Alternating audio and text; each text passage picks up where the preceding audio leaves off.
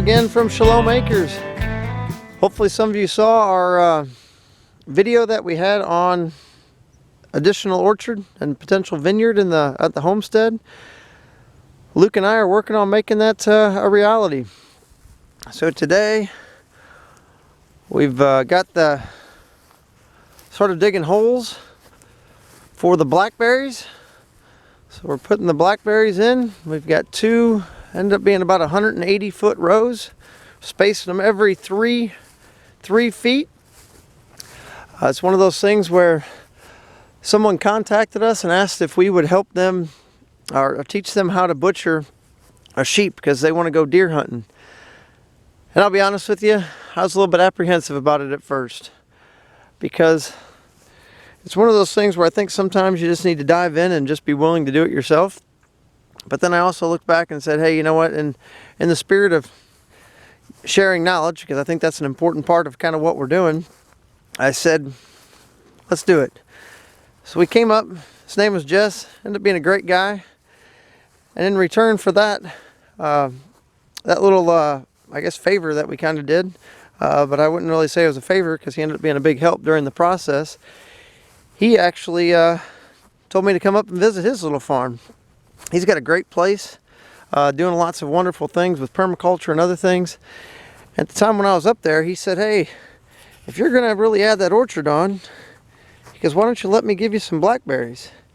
And I went up there yesterday, and you can see Luke and I have already planted one row. We've got 55 plants in here, and these are just beautiful thornless variety. They had a great root ball on them. I mean, just amazing. So he definitely had some good stock there as far as for us to get from. And the other piece is, he said that these were, I guess, a variety over the years that was developed by the University of Arkansas. And if you don't know anything about the University of Arkansas, a lot of the blackberries in this country were some of the specifically ones that are thornless, taste great, all those types of things, size. I believe the vast majority of them were specifically developed here in Arkansas at the university. So good piece there.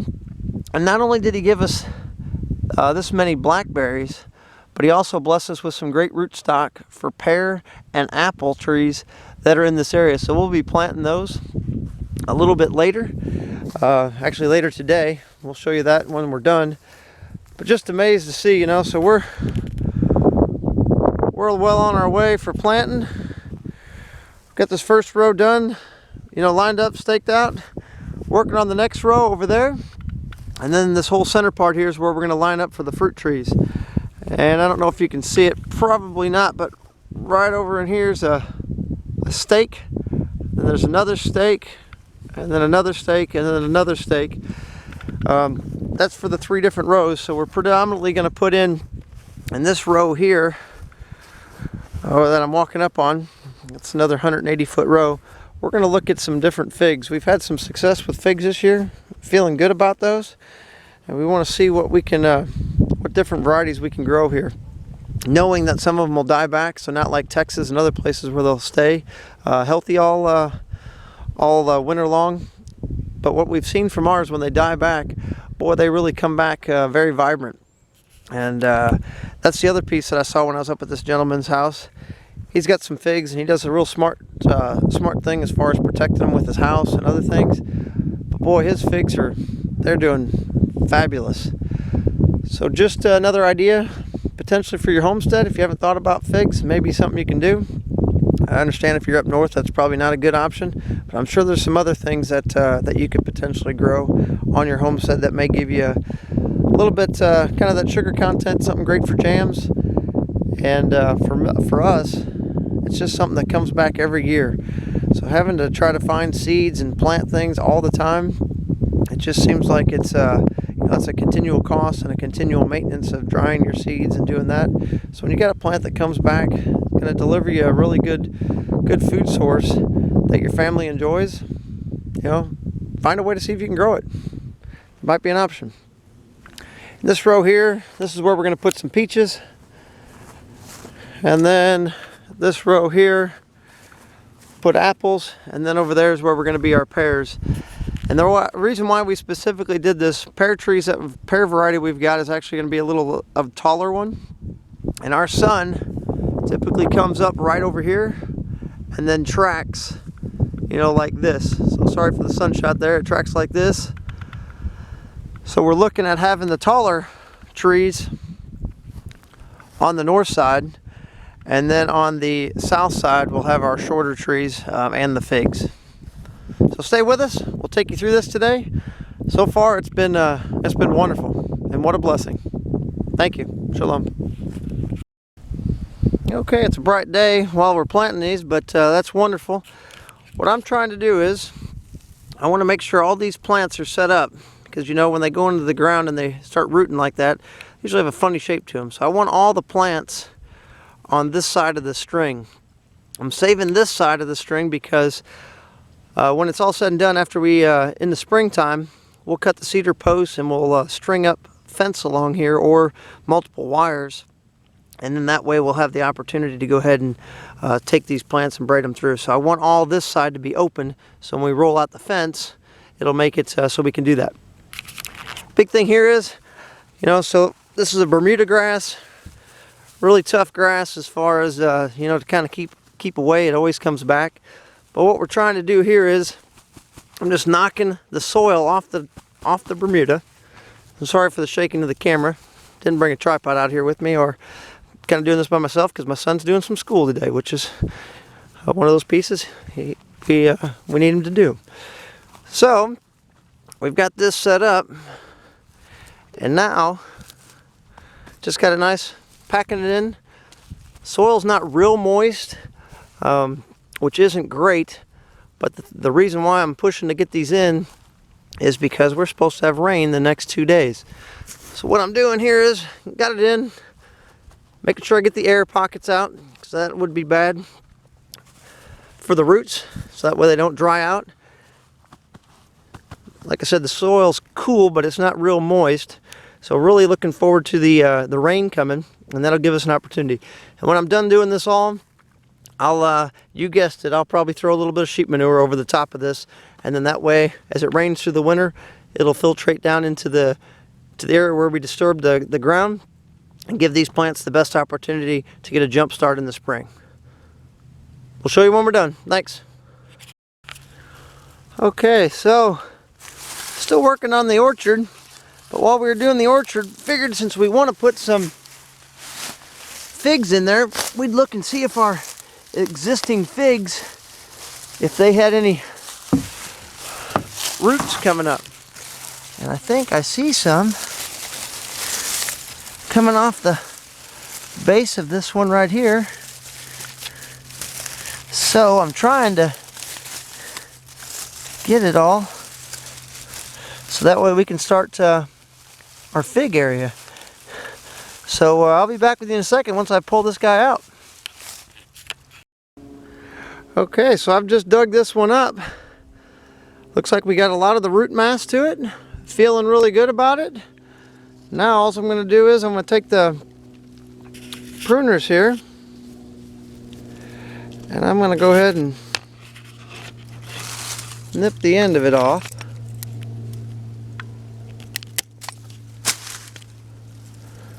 And yeah, we're gonna put this guy on the ground, and hopefully I'll find some more. I'll be back with you in a minute. Shalom. Okay, so one other thing that we're doing today is not only are we putting in trees and then also the blackberries and now some figs, because we found that we can propagate those, or that we have been propagating those. We're actually putting in some comfrey. If you know anything about comfrey, which I know not a whole lot, but that gentleman that I went to go see, he told me that this is an awesome plant for breaking up the ground and then allowing perfect areas for your trees and other stuff to go ahead and put some good roots in.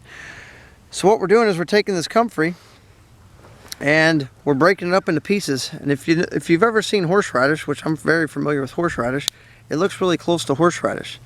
So what we're going to do is we're just going to break off pieces, and I'm just going to basically take a slit in the ground, and we're going to throw a few of these pieces in there, and they're just going to take off. So this right here is is just a stake. It's going to be a future apple. We don't have that apple here yet, but it's supposed to be coming in the spring. But I'm just going to go ahead and take this now, slip it down inside there, just like that. Cover it up. Do a few more of those.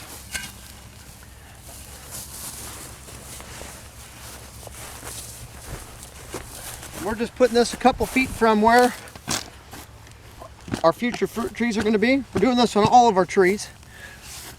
So we're sticking that down in there, slipping it in, pulling that out, and giving it a little kick back. Perfect. Okay, so it's official. We are done planting for the day. Total counts as far as blackberries, we put in 115 blackberries total. 200 and about 75 or 180 foot rows. They run all the way down. And then you can see this row right here. This is our row for figs. We were actually able to go ahead and put in 7 different figs that we ended up having propagated just underneath the manure that we shoved around the figs in the summertime, so that worked out great. This row here is all set up. We've got all the different stakes in it every 20 foot, and we put the comfrey in there 2 foot off the base where the tree's going to be. That's predominantly going to be our peaches and maybe some plums in that area. This row right here is all set up. We've got 4 apple trees planted that are going to be the rootstock, you know, all the way down, and then we've got room for another 6, and those will be here, should be here in late February, first part of March. And then right here we've actually put in 4 Jujube. I'm not sure if they're a bush or a tree, but they get about 15-20 foot tall. They got a small thorn on them, but I tell you, the berry on them has a big pit in it, but they are they're delicious. So they're a little bit bigger than a large crab apple, and the ones that I've had just recently were actually sun-dried just a little bit, and boy, they just tasted phenomenal. And supposedly these right here like to grow in a cluster. That's why they're planted close together, and they're also pretty easy to propagate. They supposedly send up shoots pretty regular. And then the rest of this row here, we've got in 9 pears, and then here's the remainder of the blackberries running down. And what we've decided we're going to do is we're going to keep these little strings in so that way we can see them, because some of them are pretty small. And then that way we can watch them and make sure nobody gets them. You can even see here today I had to trim up that cedar tree quite a bit. Before spring's here, I'll end up taking that tree completely out. But for right now, just wanted to trim him up and get it out of the way. So hopefully you enjoyed this video. Luke and I are excited for the next couple years to see how things go. And the one thing that I forgot to talk about is in between the trees, about every, it'll be every 20 feet, we decided we're going to put in at least 1 row of elderberries also. So, and then later on when the fruit trees get big enough to kind of crowd those out, then we'll just go ahead and cut out the elderberries. So trying to utilize our space the most efficiently we can, and then get the most return. Thanks for watching. Hope you have a great day. Please subscribe and share with your friends. Shalom.